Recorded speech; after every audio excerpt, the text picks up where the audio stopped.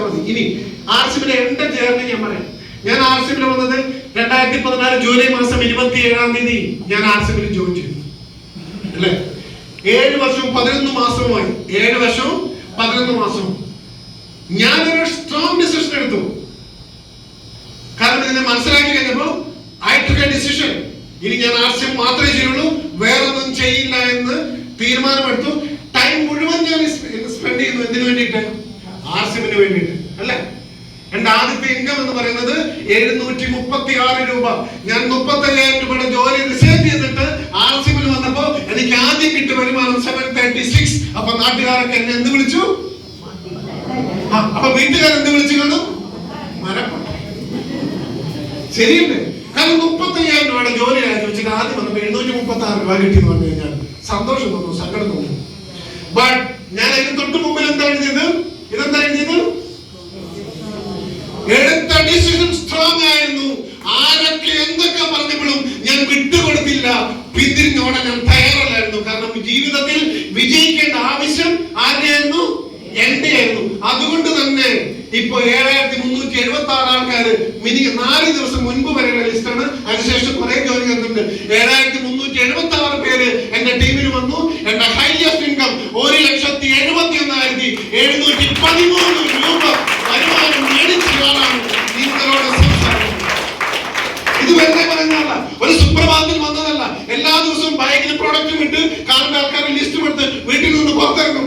Product 2 box വെക്കും. പുറകിലാരെങ്കിലും ഇരിക്കാനില്ലെങ്കിൽ 1 box പുറകിൽ കെട്ടിവെക്കും. ആൾക്കാരോട് ഇറങ്ങി ചെന്നു, ആൾക്കാരോട് പറഞ്ഞു, ഇൻട്രൊഡ്യൂസ് ചെയ്തു, സെൽഫ് ഇൻട്രൊഡ്യൂസ് ചെയ്തു. ആൾക്കാരോട് പറഞ്ഞു, ഒരു നാണമില്ലാത്ത, നിങ്ങൾക്ക് നാണമില്ലാത്ത ഒരു മനുഷ്യനെ കാണണം.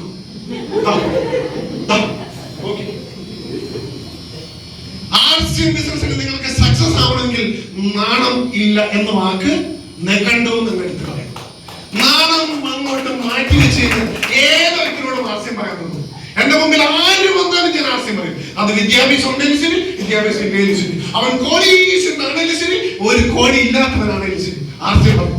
ആർസ്യം പറയാൻ ചെങ്കൂട്ടം മാത്രം മതി അല്ലെ. അവിടെ നമ്മൾ നാണക്കേട് വിചാരിക്കരുത്. അയ്യോ ഞാൻ എന്തോ ആണെന്നുള്ള ചിന്താഗതി പാടില്ല. നീ ഒന്നും, അതുകൊണ്ട് ഞാൻ തുടക്കത്തിൽ പറഞ്ഞു, ഒന്നുമല്ല നീ എന്നങ്ങോട്ട് തിരിച്ചറിഞ്ഞു കഴിഞ്ഞാൽ പിന്നെ ഒരു പ്രശ്നമില്ല. പിന്നെ നമുക്ക് മനസ്സിലാവും നമ്മൾ എന്തും വേണമെങ്കിലും. ഒന്നുമില്ലാത്തവനെ എന്തും നേടാൻ പറ്റും. ഹലോ, ഒന്നുമില്ലാത്തവനെ എന്തെങ്കിലും നേടാൻ പറ്റൂ? എന്തെങ്കിലും ഉള്ളവൻ എന്തെങ്കിലും നേടാൻ പറ്റൂ? ഇല്ല. ഒന്നുമില്ലാത്തവനാണ് നേടാൻ പറ്റുക അല്ലെ. അറിവില്ലാത്തവനെ അറിവ് കൊടുക്കാൻ പറ്റും. ശരിയല്ലേ? അറിവുള്ളവൻ ഒന്നും മിണ്ടാൻ അവിടെ ഇരിക്കും. അറിവില്ലാത്ത നമുക്കും നമ്മൾ എന്തും പഠിച്ചിട്ട് നമ്മൾ ചെയ്യും. ശരിയല്ല? അപ്പോ ഇത് എന്റെ ആർസിബിലെ ജീവിതം കഴിഞ്ഞ 7 വർഷം 11 മാസം ഞാൻ വരുമ്പോ ഇത്രയും പ്രോഡക്റ്റ് ഇല്ല, ഞാൻ വരുമ്പോ ഇത്രയും കടകളില്ല, ഞാൻ വരുമ്പോ ഇത്രയും ലീഡേഴ്സ് ഇല്ല, ഇങ്ങനെ പറഞ്ഞു തരാൻ ആൾക്കാരില്ല. ഈ ഇരിക്കുന്ന നമ്മുടെ ഓരോരുത്തരുടെയും ഭാഗ്യം പറഞ്ഞു തരാൻ നല്ല ലീഡേഴ്സ് ഉണ്ട്, നല്ല നല്ല ട്രെയിനിങ് ഉണ്ട്, ഇഷ്ടംപോലെ പ്രൊഡക്റ്റ് ഉണ്ട്, പ്രൊഡക്റ്റ് അവൈലബിലിറ്റി ഉണ്ട്, ഇഷ്ടംപോലെ ഷോപ്പുകളുണ്ട്. തീരുമാനം നീ എടുത്താൽ മാത്രം മതി. ഹലോ, ആരാ തീരുമാനം? ആരെടുക്കണം?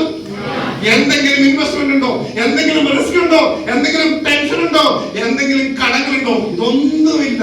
നിങ്ങൾ എടുക്കുന്ന തീരുമാനം നിങ്ങളെ മാറ്റി മറിക്കും. നിങ്ങൾക്ക് സക്സസ് ആവേണ്ട ഡേറ്റ് ആരാ തീരുമാനിക്കണ്ടേ? മേഡം, ഞാൻ ചോദിച്ചില്ല നിങ്ങൾക്ക് എന്നാ സക്സസ് ആവേണ്ടത്? ആരാ തീരുമാനിക്കണ്ടേ? എന്നാ സക്സസ് ആവേണ്ടത്? ആരാ തീരുമാനിക്കണ്ടേ? അവനവൻ സ്വയം തീരുമാനിക്കുക. വേറെ ആർക്കും നിങ്ങളുടെ സക്സസ് നിങ്ങൾക്ക് ചെയ്യാൻ പറ്റും? ഇല്ല. You take A decision. എടുക്കുന്ന ഡിസിഷൻ സ്ട്രോങ് ഡിസിഷൻ ആയിരിക്കണം എന്ന് മാത്രം. അടുത്ത 5 വർഷം നിങ്ങൾക്ക് 3 മുതൽ 5 വർഷം കുറച്ച് എക്സ്ട്രാ എഫേർട്ട് ഇട്ട് നിങ്ങൾക്ക് ആർസിബിലൂടെ വിജയിക്കാൻ വേണ്ടി പരിശ്രമിക്കാം. അതല്ലെങ്കിൽ നോർമലി നിങ്ങൾ ചെയ്യുന്ന ജോലി അടുത്ത 45 വർഷം ഇങ്ങനെ ചെയ്തുകൊണ്ടേയിരിക്കാം. ഏതാണ് വേണ്ടതെന്ന് നിങ്ങൾ തീരുമാനിക്കുക. നിങ്ങളൊക്കെ ജീവിക്കാൻ നിങ്ങൾക്ക് തീരുമാനമെടുക്കാൻ പറ്റും അല്ലേ. ആരും വീട്ടിൽ വന്ന് വരൂ വരൂ എന്ന് പറയില്ല. നമ്മൾ ഇറങ്ങിയിട്ട് മറ്റുള്ളവരുടെ വീട്ടിലോട്ട് എന്നിട്ട് എന്ന് പറയണം, വരൂ ഞാൻ നിങ്ങളുടെ കൂടെ ഉണ്ട്, വരൂ ഞാൻ നിങ്ങളുടെ കൂടെ ഉണ്ട് ഇല്ലേ. അങ്ങനെ പറയുന്ന എത്ര പേരുണ്ട്? അങ്ങനെ പറയുന്ന എത്ര പേരുണ്ട് ഇല്ലേ? നിങ്ങൾ എന്റെ കൂടെ നിന്നോളൂ, ഞാനും നിങ്ങളുടെ കൂടെ ഉണ്ടെന്ന് ചങ്കൂറ്റത്തോടു കൂടി പറയാൻ പറ്റുന്ന ഒരു ലീഡർ ഉണ്ടെങ്കിൽ നിങ്ങൾക്ക് ധൈര്യമായിട്ട് അവരെ വിശ്വസിക്കാം. ഇറങ്ങി പുറപ്പെടാം. അതാണ് ഞാൻ തുടക്കത്തിൽ ചോദിച്ചത്, ഇവിടുന്ന് താഴോട്ട് ചാടാൻ പറഞ്ഞാൽ ചാടാൻ പറ്റുന്ന എത്ര പേര് ചോദിച്ചു? കുറച്ച് പേര് കൈമുക്കി അല്ലെ? ഒരു ലീഡർ ചാടാൻ പറഞ്ഞാൽ ചാടണം. എന്തുകൊണ്ടാണ്? അവിടെ വീണൊന്നും പറ്റാതിരിക്കാൻ ആ കൈ നിങ്ങളെ സുരക്ഷിതമായിട്ട് ആര് പിടിക്കും? ആ ലീഡർ പിടിക്കും. അത് ഉറപ്പുണ്ടെങ്കിൽ അങ്ങനെ നിങ്ങൾ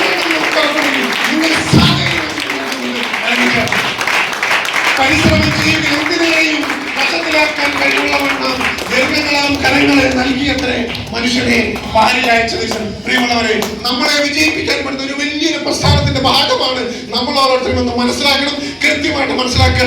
പഠിക്കുക, പഠിച്ചുകൊണ്ടേയിരിക്കുക. അതോടൊപ്പം എന്തെങ്കിലുമൊക്കെ ഇങ്ങനെ നേടിക്കൊണ്ടേയിരിക്കുക. ഇഷ്ടംപോലെ കിട്ടും. ദൈവം തരുന്നത് കുറച്ചല്ല, പിന്നെ എത്രയാ തരുന്നത്?